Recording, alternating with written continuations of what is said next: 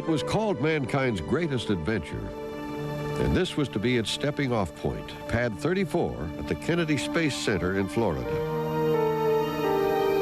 This was where the human race would take its first steps to leave the Earth behind and venture to another world, something people could only dream about before.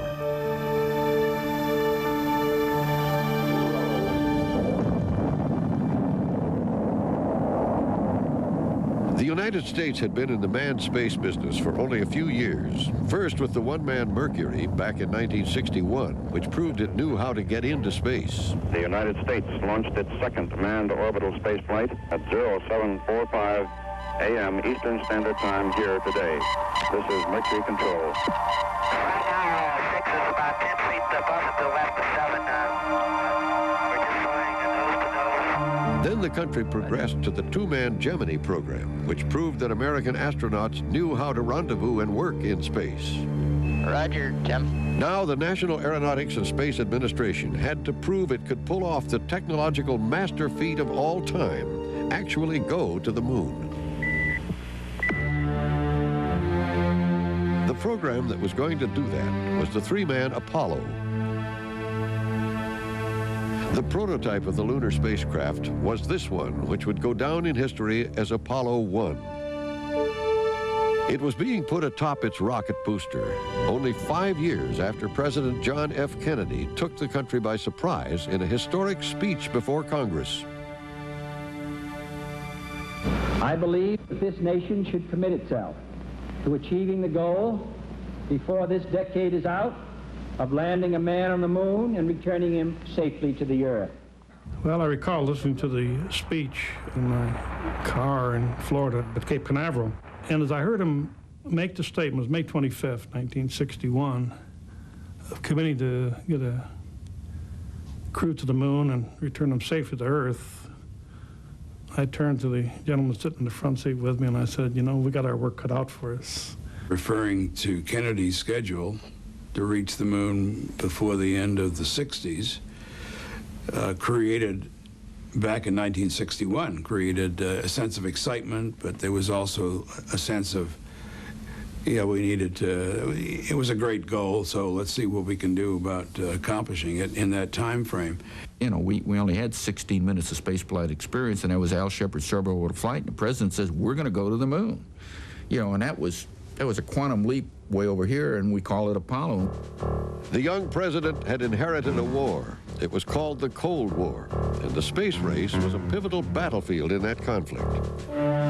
Few people knew it at the time, but one of his first official acts as president, he had been in office just 90 days, was a memo to Vice President Lyndon Johnson, plaintively, almost desperately, asking if there wasn't some way to beat the Russians at their own game, space exploration. Is there any space program, the young president asked, which promises dramatic results in which we could win? And then 10 words that were to put the whole might and wealth of the United States behind the space program. Are we making the maximum effort, the president wanted to know? Are we achieving necessary results?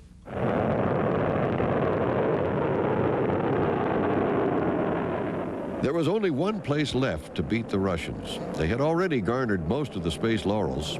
They were the first in space with Sputnik back in 1957. Then, just days before the fateful memo, they had put the first human in space, cosmonaut Yuri Gagarin. If you wanted to upstage the Russians in space, there seemed to be only one way left to do it: get to the moon before they did. People forget the fact that the Apollo program in its purest form was a battle in the Cold War. We would have never gone to the moon in the time frame that we did had it not been for the Soviet threat and the Soviet competition. So there was a lot of pressure to get it done and get it done right. I would not willingly risk my life simply from the standpoint of exploration. That wasn't in me. What motivated me at that point was the Cold War, and I thought the concept of our society remaining free was worth the risk. The men of Apollo were not just astronauts. They were also cold warriors. The three astronauts for the first manned Apollo flight were already national heroes. 10 days before the simulated liftoff, they were paraded for their last photo op at Pad 34. Virgil Grissom, 40 years old, known as Gus. He was to be the commander of the first manned Apollo flight. An Air Force lieutenant colonel, he was one of the original 7 American astronauts. He had flown in both the Mercury and the Gemini programs. He was the old hand. In 1961, he had been the second American to go into space. They almost lost him on recovery when the hatch blew on his Mercury capsule. It flooded with water and sank. The accidental detonation of the explosive bolts on his Mercury hatch would start a chain of events that would become a part of Grissom's destiny. Gus Grissom knew he had a dangerous job. There is some risk. I recognize it, but just try to take as much of that out as we can during the pre-testing to make sure the systems are good. We recognize that there are unknowns and things can happen that we haven't planned for. Grissom's second in command was Ed White, 36 years old, the All-American. The son of a general, he, like Grissom, was also an Air Force lieutenant colonel. 2 years before, he had become the first American to walk in space when he floated out of his Gemini capsule more than 100 miles over the Pacific.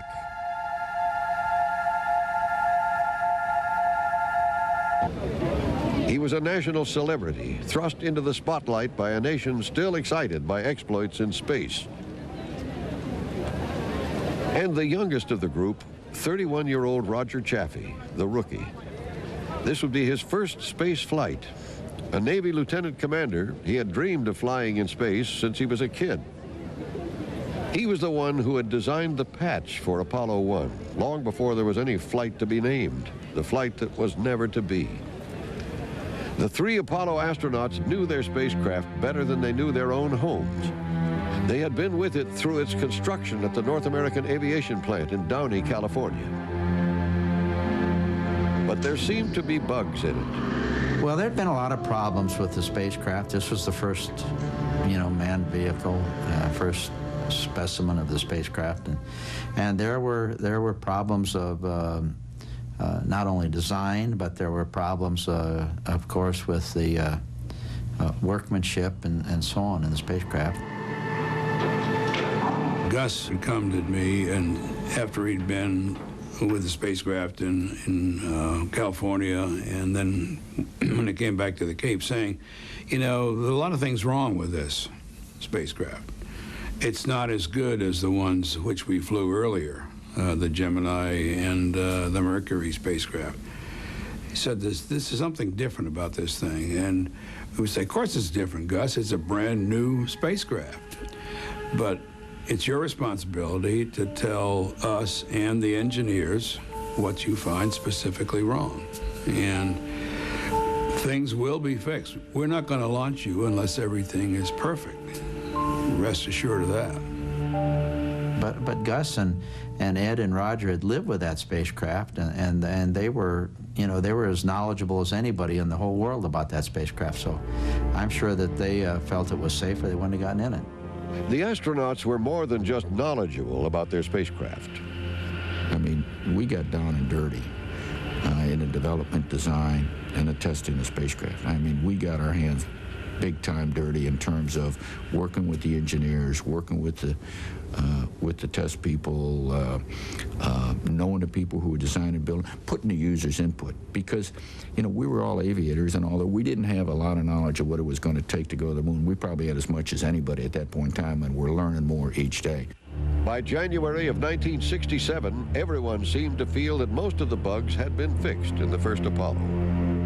As far as our assessment was concerned, as far as our knowledge at the time, the things were done to meet the necessary specification before we proceeded. That was our actions in Florida, and usually backed up totally by the designer and the plant producing it. The plant producing it, North American Aviation, the premier aeronautical manufacturer. The man running it, Lee Atwood, a recognized aeronautical engineer in the business for almost 40 years at the time. At 91 and long retired, he searches records and writes about Apollo 1, trying to make sure his old company does not go down in history as designing a fatal spacecraft. Things are not on schedule. Things had been changed. There had been redraws of the drawings and many things like that, which is not unusual at that stage in something that's brand new. And the allegation was made that we were wasting money by having too many people employed. Those two things, the schedule and wasted money and effort, were the primary criticisms, and I was doing everything I could to address those things. No one had ever built a moon ship before. There was no model to go by. It had so many parts, it seems, that people lost count. Some technicians say it had 2 million. Some say 3. Well, at the time, I think it was the most complicated machine that had ever been made. We had a computer on board that is absolutely elementary by today's standards, and I'm sure that the Apollo pales in comparison to the complexity of the shuttle. But at that point, it was indeed the most complicated machine that had ever been used by man. It would truly go where no man had gone before. Once out of Earth orbit, it would have to use a different system of navigation. Earthbound or even Earth orbit celestial navigation would bear no relevance. Some experts say it was the only true spacecraft in the sense that it would not just orbit the Earth, but leave this world and travel out into space to another one. It would take more power than could be imagined. Previous spacecraft traveled at more than 17,000 miles an hour to attain Earth orbit. That would not be good enough for Apollo. The lunar spacecraft eventually would have to shoot away from the Earth at an astounding 24,000 miles an hour to escape Earth's gravity and get to the moon. That speed would be like circling the Earth in just 60 minutes. On an actual flight to the moon, astronauts would climb on top of one of the most powerful devices made by man. The giant booster rocket would be filled with 6 million pounds of propellants, kerosene, liquid hydrogen, and liquid oxygen, which combined have the equivalent power of 6/10 of an atomic bomb. Everyone knew how dangerous everything was. Everyone knew that a fatal accident could eventually occur. Every astronaut felt someone would get killed. All of us in the early days knew that there would be a time when things did not go right, and things would not go right to the point where you had a tragedy. There was a prediction, I think, as I recall, that if one flew 100 manned missions, that probably 5 out of the 100 would result in some kind of catastrophe. So all of us knew in the back of our minds that it would happen someday.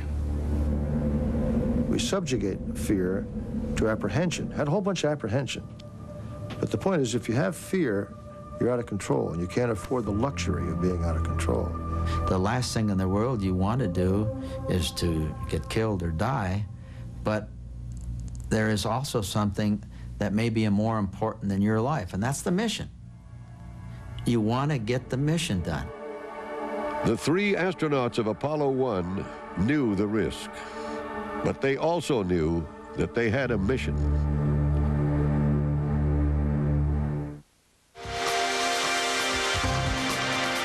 Coming up, a disastrous test could mean the end of the space program on Discovery Sunday, next.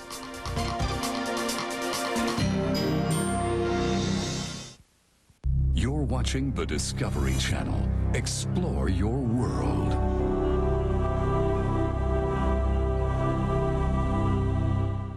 This program is brought to you in part by Janus No Load Mutual Funds. Life's a trip, and it takes money to get where you're going. That's what mutual funds are for. At Janus, making money means looking for breaks nobody else saw coming, jumping on and riding them in. No matter what the market's doing, there are great companies to invest in. Janice finds them. So you can get there. Janice No-Load Mutual Funds. Far to the north of where you and I dwell, there lives a beautiful princess in a mystical kingdom.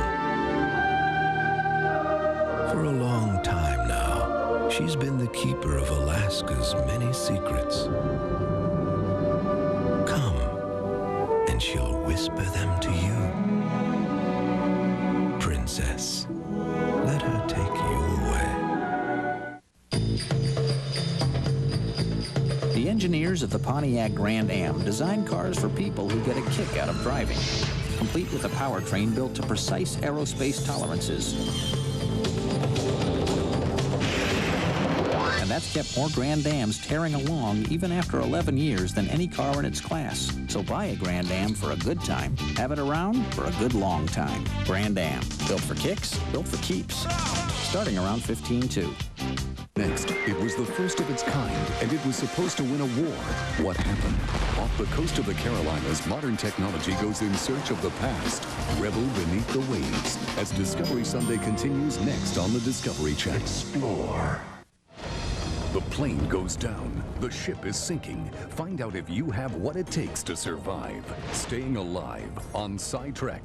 Premiering Monday at 10 Mountain, 9 Pacific on the Discovery Channel. Explore your world.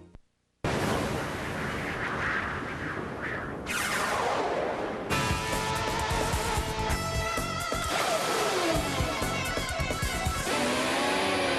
may take chances on the slopes, but never on the road.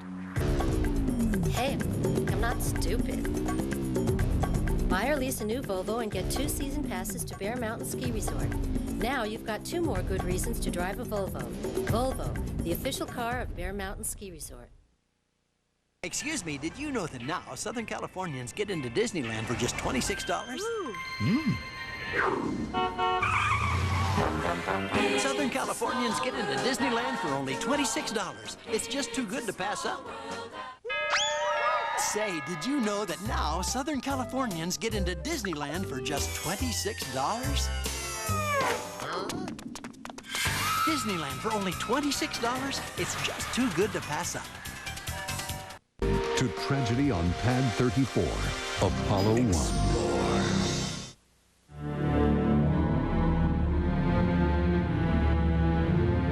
It's January 27th, 1967. The 3 Apollo astronauts are to take their spacecraft through a simulation of their actual flight scheduled in 4 weeks. The Saturn 1B rocket booster, poised under the Apollo spacecraft, is not even fueled. We had classified it as a non-hazardous test. We literally had in our minds, with the experience we had had on the Mercury and Gemini, and the oxygen itself did not present a hazard. That was a blind spot.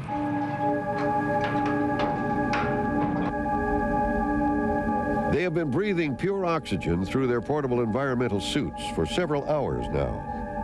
This is to purge their bodies of nitrogen, which under extreme pressure changes can start to bubble in the blood, causing a potentially fatal condition known by all deep-sea divers, the bends.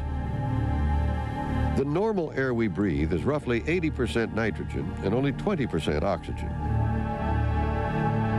On this fateful day, as in these previously filmed simulations, their command module is also pressurized with 100% oxygen. We had chosen, since the start of the space program, to pressurize spacecraft prior to launch with 100% oxygen.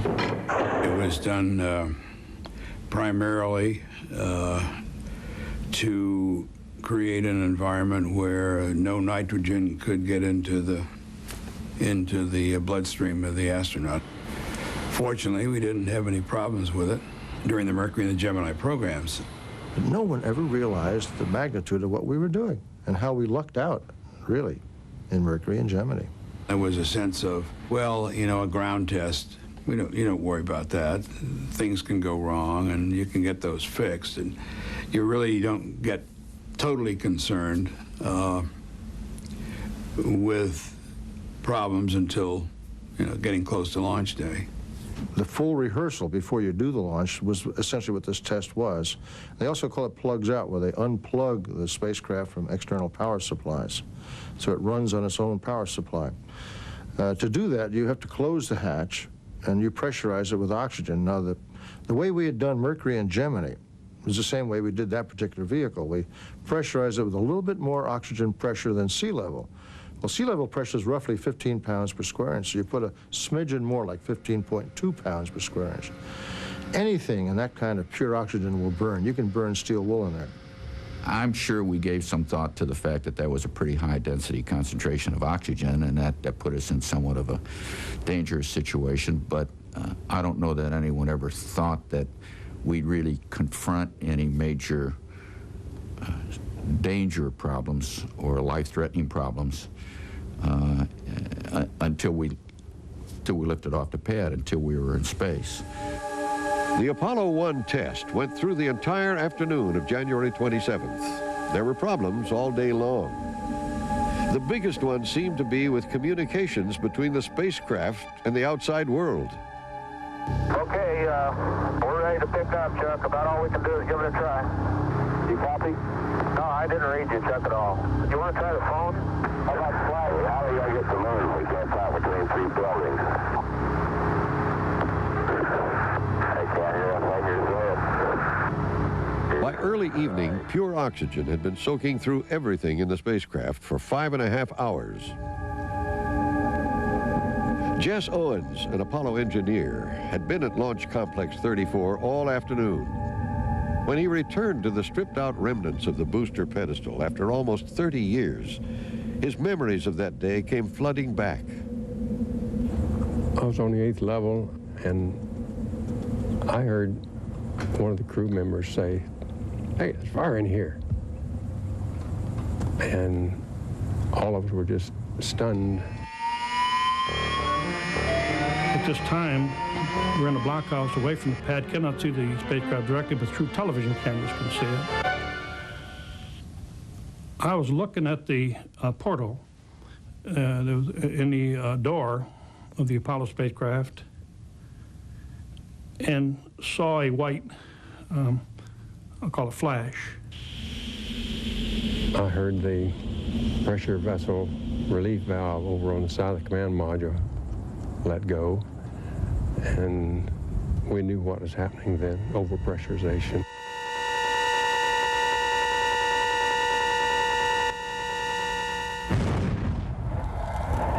In later tests, investigators would film these reenactments as they tried to reconstruct what had happened. The oxygen-soaked material inside the spacecraft seemed to ignite all at once. In seconds, the temperature soared to 2,500 degrees. Everything was in flames, giving off toxic gases, building up pressure. The accident Gus Grissom had had with his Mercury flight now came back to haunt not only Grissom, but the entire Apollo 1 crew. The hatch had been redesigned to open inwardly. If the pressure increases inside the spacecraft as compared to no pressure outside, the hatch will seal tighter and tighter. That was the calamity, of course, that developed when the fire started. There was no way you could open that hatch again until that pressure was relieved within the spacecraft. I started to turn to my left, and a sheet of flame. I mean, this now is all faster than much faster than I can tell it. And a sheet of flame went out to my left, and I didn't see anything else because I had turned then. My already had been burned, my clothes, and singed my hair, my eyebrows. The spacecraft was rupturing from the intense pressure and heat, blowing out the side near Roger Chaffee's couch.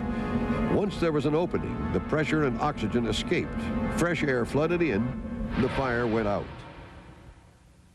But it was too late. Gus Grissom, Ed White, and Roger Chaffee were dead. They had not burned to death. They were asphyxiated from the gases in the exploding spacecraft. In 5 minutes, America had lost 3 heroes, and its space program was in shambles. And of course, that terminated everything we did, literally brought the whole space program at that point in time to a screeching halt. It was the first fatal mistake NASA had ever made. In 6 years, it had made 16 manned flights without an astronaut getting a bump on the head in a spacecraft. And now, disaster. Well, I didn't believe it. I mean, it was just one of those things. It couldn't possibly have happened. We were doing so well, and even though we knew that the spacecraft had some technical difficulties, it just, you know, you don't really worry about losing lives when a spacecraft's sitting on the ground going through a test. It was hard to believe right away.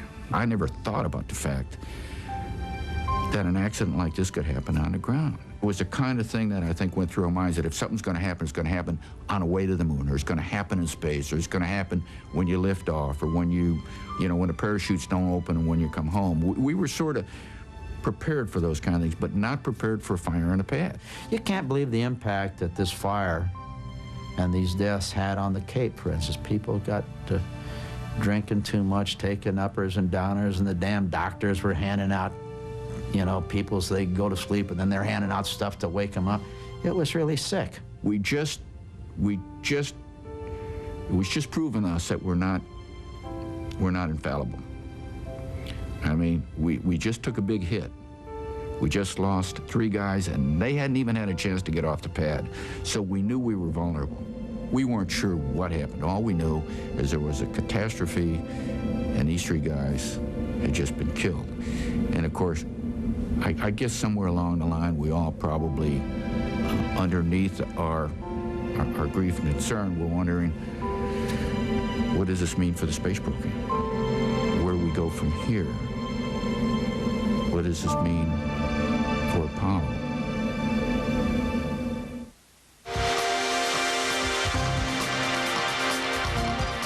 When we return, will beating the Russians provoke the U.S. to move hastily?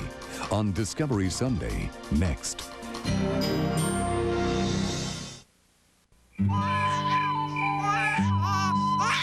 As a new parent, my hours can be pretty unpredictable. I think a lot of the young parents that come into my office and talk about life insurance have a lot of the same needs and have gone through a lot of the same things that I've gone through. They're really looking for somebody to tell them about life insurance, to talk to somebody they trust.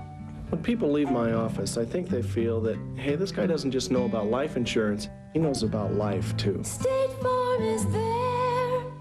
You're witnessing a breakthrough in sleep comfort, unlike any innerspring mattress or waterbed. In the next 2 minutes, you will discover a way to achieve the most sound and restful sleep your body has ever known. If you toss and turn all night, if you and your partner disagree on how firm your mattress should be, or if you simply want a better night's sleep, call now for a free video and brochure. Something wonderful happens when you sleep on Select Comfort, when you sleep on air all night. What's with you? It's like you're walking on air. No, just sleeping on air. You walk on air all day. What is it about her these days? New hair, new clothes, new mattress. I'm sleeping on air. That's the feeling you get every day. Ready, guys? You two are a breath of fresh air. That's because we sleep on air. With Select Comfort, can you imagine sleeping on air? Imagine a cushion of air supporting every curve and contour of your body. You wake up more refreshed and more energized. That's Select Comfort. Not just a better mattress, but a better way to sleep. Even back pain sufferers can sleep more comfortably. Look, conventional inner springs can produce uncomfortable pressure points and uneven support. Many waterbeds can cause a bending of your spine. But Select Comfort's unique air support cradles your entire body for better sleep comfort. Plus, unlike other mattresses, you can adjust the firmness, extra firm for you or feather soft for your partner with a touch of a button. If you toss and turn all night, if you and your partner disagree on how firm your mattress should be, or if you simply want a better night's sleep, call now for free information. Call 1-800-414-7711 for your free information on Select Comfort. Call now and you'll also get this free video with demonstrations and better sleep success stories from Select Comfort owners. Plus, read about our 20-year limited warranty and no-risk 90-night trial offer. That number again is 1-800-414-7711. Call now, 1-800-414-7711. Sleep better on air. Next, it was the first of its kind, and it was supposed to win a war. What happened? Off the coast of the Carolinas, modern technology goes in search of the past. Revel beneath the waves, as Discovery Sunday continues next on the Discovery Channel. Explore. The plane goes down. The ship is sinking. Find out if you have what it takes to survive. Staying Alive on SciTrek. Premiering Monday at 10 Mountain, 9 Pacific on the Discovery Channel. Explore your world. We return to tragedy on Pad 34, Apollo 1. The burned-out capsule was taken away to be inspected and analyzed. NASA immediately impaneled a team to investigate the fire. One of its high-profile members was astronaut Frank Borman. We think what happened there was probably an electrical short down in the lower equipment bay near Gus's, near the command pilot's left foot, that created a spark. And of course, we were with 100% oxygen at PSI of around 21 pounds, so that spark propagated rapidly and became an explosion. And I think that was the most exhaustive investigation to date in either aircraft or space. We did everything, but we could never find the exact cause. And here you had the spacecraft, everything was there, but it was very difficult to, we think we know what happened, but we can't say for sure. The investigating committee released a report that ran 3,300 pages and weighed 19 pounds. It made several recommendations, including designing a new hatch that would open outwardly and quickly. But it did not address the oxygen problem head-on. It said that the idea of using a two-gas system, nitrogen and oxygen, in future spacecraft would be studied. Congress was told by NASA that it had changed many of its procedures. We advised the committee that we now have over 20,000 hours of experience in test time with a single gas system, that we have many hours with manned, over 3,000 hours with man under these test conditions, over 500 of these hours under sea level conditions. However, as a result of this experience, we are analyzing again and reviewing again a two-gas system, and we are also examining ways of changing the accessibility to the cabin. But that two-gas system had already been studied. The contractor for the Apollo Command Module, North American Aviation, had started designing the spacecraft with a two-gas system from the beginning. And this was the reason. North American had built the X-15 rocket plane, and it had experience with fire in cockpits.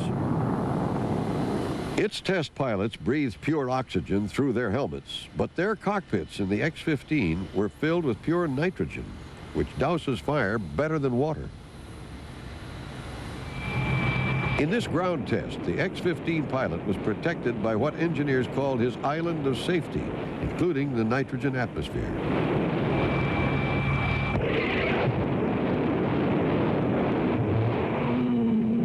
Valve malfunction. Throttle off. Recess.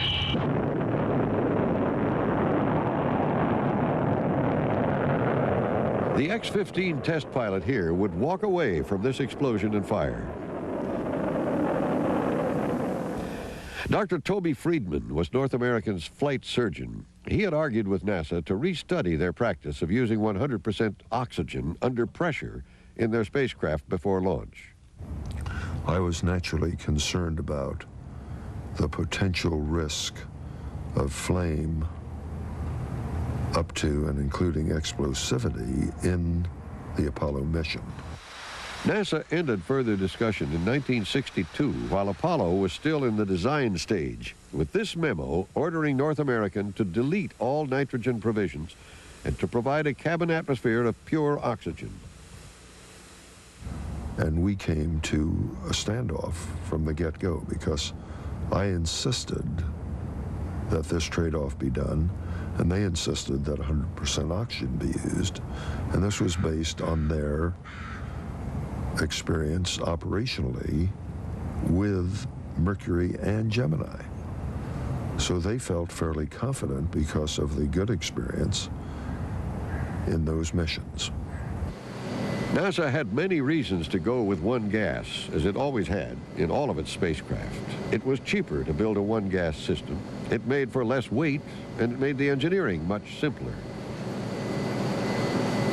And by 1967, 16 manned safe flights was ample reassurance of its safety. The public, and even most NASA officials, did not know there was an option.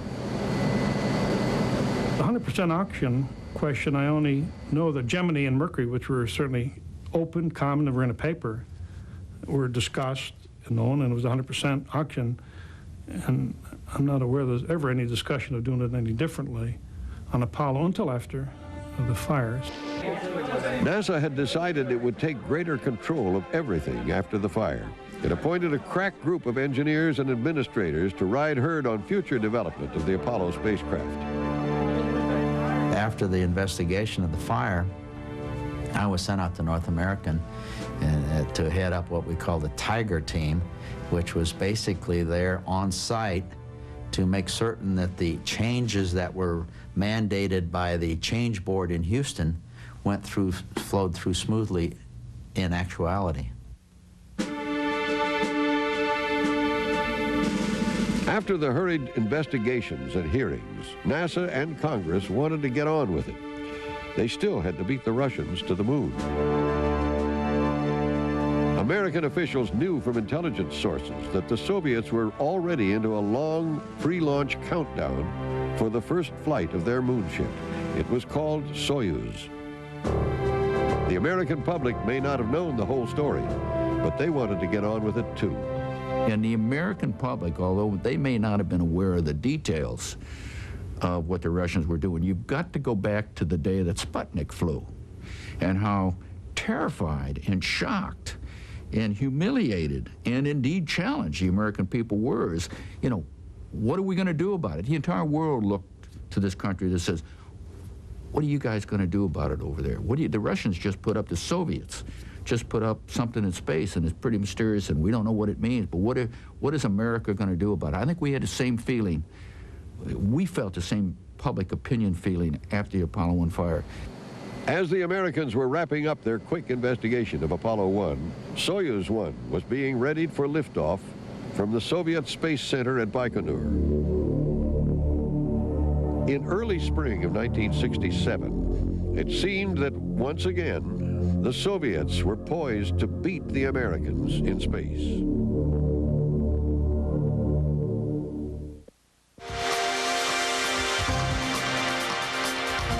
When we return, a Russian cosmonaut falls.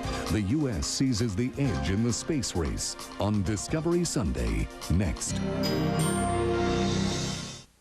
This is the hardest thing I've ever done. I mean, these people were like family to me. Remember I met Jeannie at the company picnic? That was the best thing that ever happened to you. Yeah, taking the new job was a tough decision. Deciding what to do with my 401k money was another. I didn't want to mess it up. I called T. Rowe Price. You know, you told me about the mutual funds. Uh-huh. Yeah, well, they sent me a rollover kit, you know. Took me through it step by step. Well, made it easy for you. Yeah, piece of cake. T. Rowe Price, helping people invest with confidence for over 50 years. It's gonna be a good job. Yeah. 0.02 of a second. A human eye begins to blink. A hummingbird flits its wings once.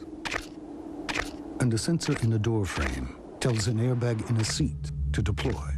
Because when it comes to your safety, every 100th of a second counts. The 1997 Lexus LS 400. Imagine you're on a journey. How will you get there? Does it matter? Yes, it matters. You're on a journey, and the journey is the destination.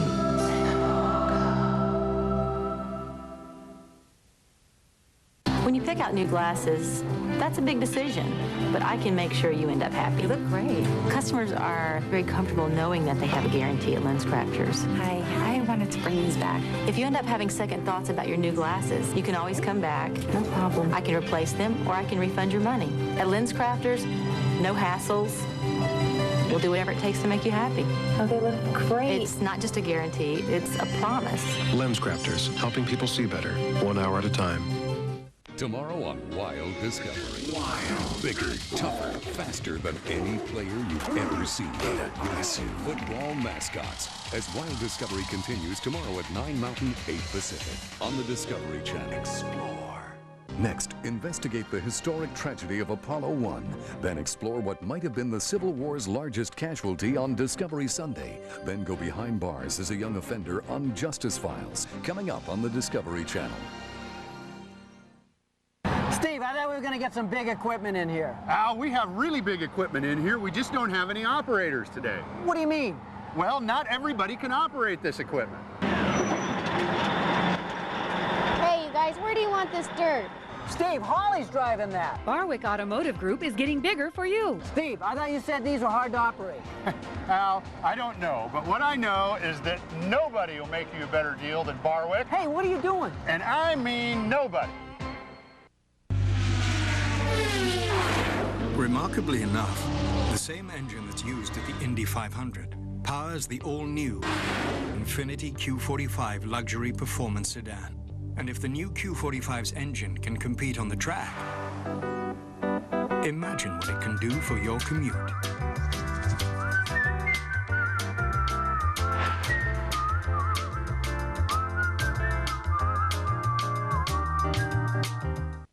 We return to tragedy on Pad 34, Apollo 1. In April of 1967, while America was still mourning the loss of its 3 Apollo astronauts, the Russians were rehearsing their first steps to the moon.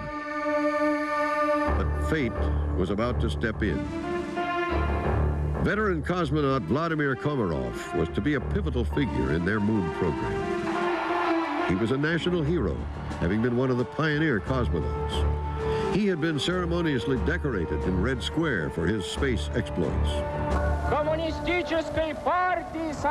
Now he was to get the prize assignment. He was to pilot Soyuz 1, built to test lunar procedures in Earth orbit.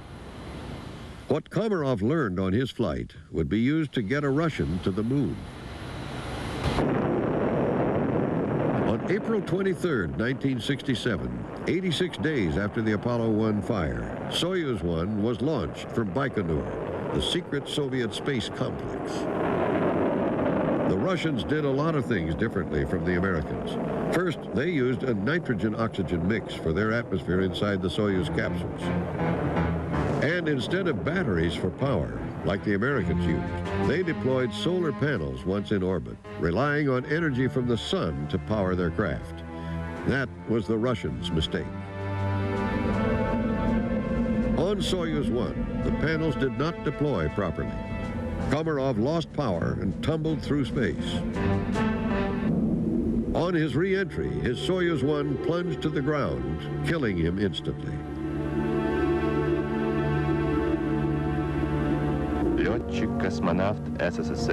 The first Russian step on the ladder to the moon, like the American one, ended in tragedy. In just 3 months, the 2 nations racing each other to the moon had lost 4 men, and both space programs were stalled. Things were even. Of course, you hate to see anybody get killed, even an adversary.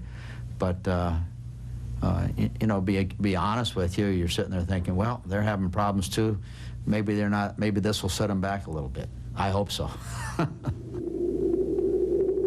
It set them back a lot, and it gave America the chance to forge ahead.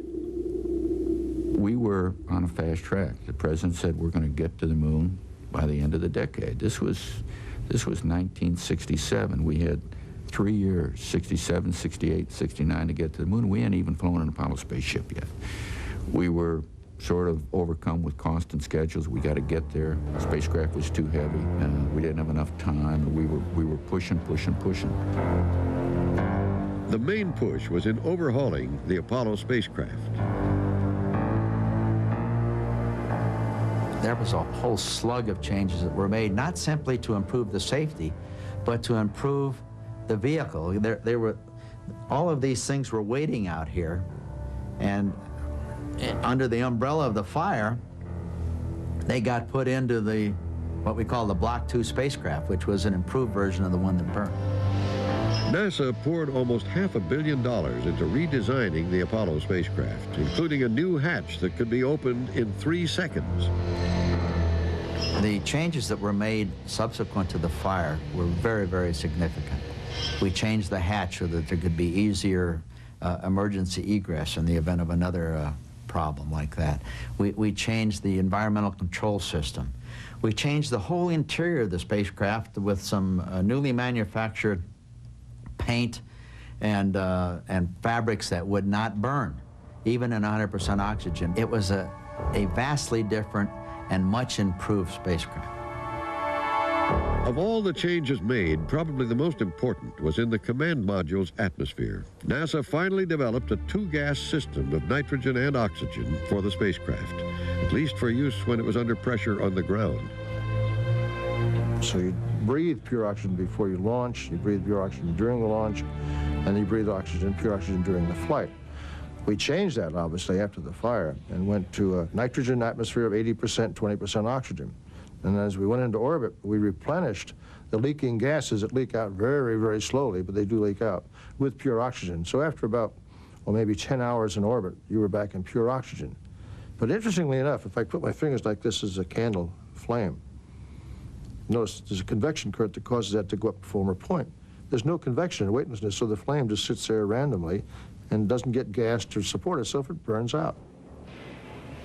Wally Schirra, as backup to Gus Grissom on the Apollo 1 flight, was selected to command the first true flight of Apollo, an Earth orbital exercise to test lunar procedures and hardware. His two crewmen, Walt Cunningham and Don Isley, had also been on the backup crew for Apollo 1. Their flight would be designated Apollo 7, the flights between it and Apollo 1 being unmanned.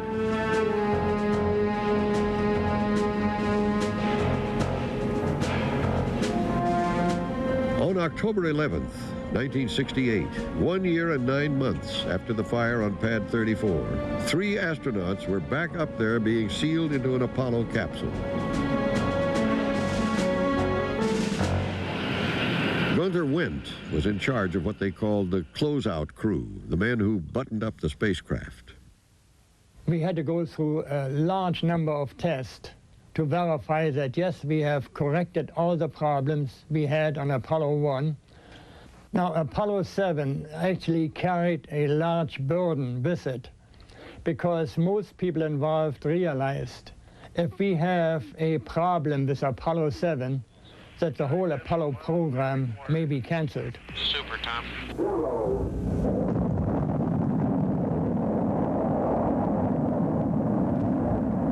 When Apollo 7 was launched, America held its breath.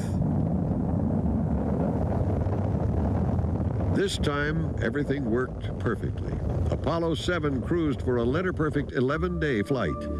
The ghost of Apollo 1, a NASA official said, was effectively exorcised. But it was the fall of 1968. In 14 months, the 60s would be over. America still had to get to the moon. That's what the 3 Apollo 1 astronauts had died for.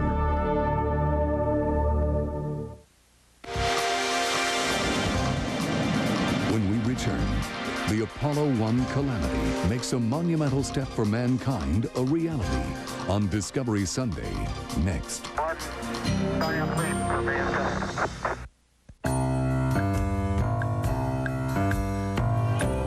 Welcome to Park Avenue, the ultimate urban environment. So quiet, it shuts out urban unpleasantness. So beautiful, it improves even the most elegant street in America, which incidentally seems to have been named after our new car, the all-new Park Avenue by Buick. The power of understatement. Sonic technology is used to clean the most coveted diamond in the world. Thorns. But sonic technology is also used to clean something far more valuable. His teeth. Sonicare. High-speed brushing and sonic waves remove plaque beyond the reach of the bristles. For strong, healthy teeth and gums. Sonicare. Amazing, isn't it? Thank you for calling the Scudder Funds. This is Warren Anderson. How may I help you? Yeah, hi. I have a year-end bonus, but I want to invest, and I read something about this fund of funds thing that Scudder has. That's right, the Pathway series. It's comprised of a group of different Scudder funds, so the main benefit... Hello? Sorry about that. I'm calling from the car. Okay. The benefit is that you can diversify within a range of... The Pathways series. Instant diversification. Hello? Talk to us before you invest. Call 1-800-SCUDDER. Get ready, mate, to enter Discovery Channel's You View It, You Do It sweepstakes and qualify to win a trip for two to Australia from Qantas Airways, including an adventure expedition in the outback while you're down under. You'll also receive home fitness equipment from the makers of Tylenol and $15,000 from Discover Card. To enter, watch Eco Challenge, the ultimate human endurance competition, beginning Sunday, February 16th at 10 Mountain, 9 Pacific. Explore your world with Discovery Channel. Too bad about that headache, hun. I guess we're staying home. Headache's gone, sweetie. But you were really hurting. Took some Tylenol. Extra strength. All gone. No way. Just a memory now. Tylenol did that? For headaches, Tylenol is recommended the most by doctors. You are gonna love the ballet. Bring the Tylenol. Tylenol, the pain reliever hospitals use most. Space, no longer an impossible frontier. The Discovery Channel presents The Space Shuttle. This 2-hour Discovery special video presentation takes you behind the scenes for the first time as you witness the drama and majesty of the Space Shuttle, firsthand from the people who've made it possible. To order the Space Shuttle for only $24.95, call 1-800-417-1616. The Space Shuttle, man's grasp has now equaled his reach. We return to tragedy on Pad 34, Apollo 1. The moon was still the prize. By the end of 1968, with 1 year to go on Kennedy's self-imposed deadline, the Russians still could beat America to the moon. The Russians at that point in time possessed the capability of orbiting the moon. And I think the feeling was that if they orbit, although with the problems they had in their big booster for their landing capsule, we figured that if we can look at a timetable that'll get us to the moon by the end of '69, we'll beat them to the surface of the moon. The question was, are they going to beat us to an orbit around the moon? For propaganda bragging rights, it seems a simple loop of the moon was as good as landing on it. The Russians had redesigned their Soyuz spacecraft for a vehicle they hoped could beat America to at least circle the moon.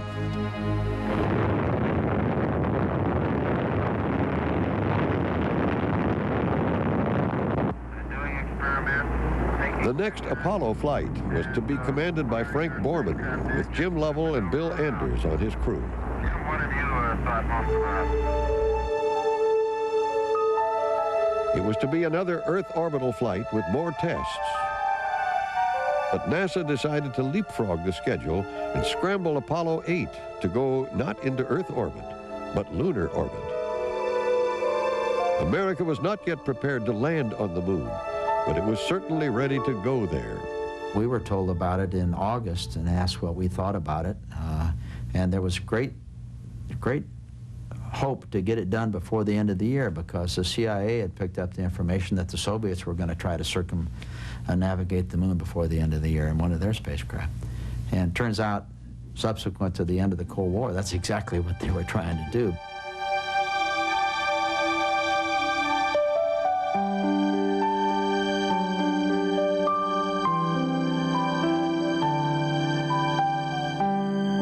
The crew of Apollo 8 became the first humans to visit another world, the first to see the backside of the moon.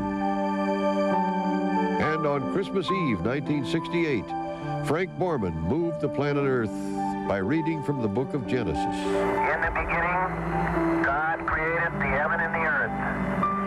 And the earth was without form and void, and darkness was upon the face of the deep. After reading from Genesis, he wished the Earth a Merry Christmas from 240,000 miles away, circling an alien world. And from the crew of Apollo 8, we close with good night, good luck, a Merry Christmas, and God bless all of you on the good earth. Мы все могли делать раньше, чем... We could have done it before Borman and Lovell, before them, even by 6 months. И даже на целых полгода. Alexei Leonov, the cosmonaut who had been scheduled to beat Apollo 8 to the moon, says he could have done it. But Soviet space officials would not make the gamble like the Americans did.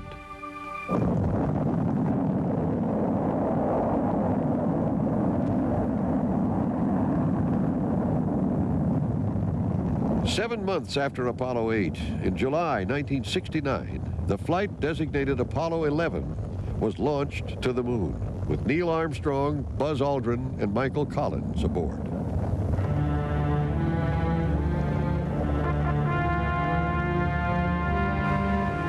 Feet, 2.5 down, straight shadow, 4 forward, drift into the right a little.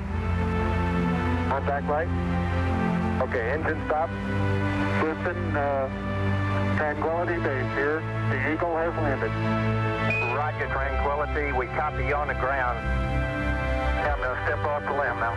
On July 20th, 1969, only 8 years after President Kennedy had promised that America would put a man on the moon, Neil Armstrong stepped from Apollo 11's lunar lander to put the first human footprints on a different world. That's one small step for man, one giant leap for mankind. There was a unique point in history where everything came together, the support of the people, under the emphasis of the Cold War competition, that allowed us to contribute not only to the winning of the Cold War, but to the basic knowledge of mankind. Neil took that first step. He took the first step off the shoulders of the Apollo 1 crew, as we all did. Apollo 1 was a major, significant contribution, and sadly enough, maybe because of the course of events, a greater contribution to the entire Apollo program than had it flown and been a success. Hippity hoppity, hippity hoppity, hippity hopping over hill and dale. Gene Cernan, commander of Apollo 17, was the last man to leave footprints on that alien world. I've always felt, and I'd always said, and I believe it today, had we not lost the Apollo 1 crew, we probably would have lost somebody somewhere else on the way to the moon. Had the Apollo 1 tragedy not occurred, I might not have been making those steps on the moon on Apollo 17. And the Apollo 1 tragedy inspired a silent oath. Let's never let this happen again. Let's take all the mistakes we've learned from the Apollo 1 fire and put them into a spacecraft that is safe and sound and capable of getting the job done. And history will bear out that that's exactly what we did.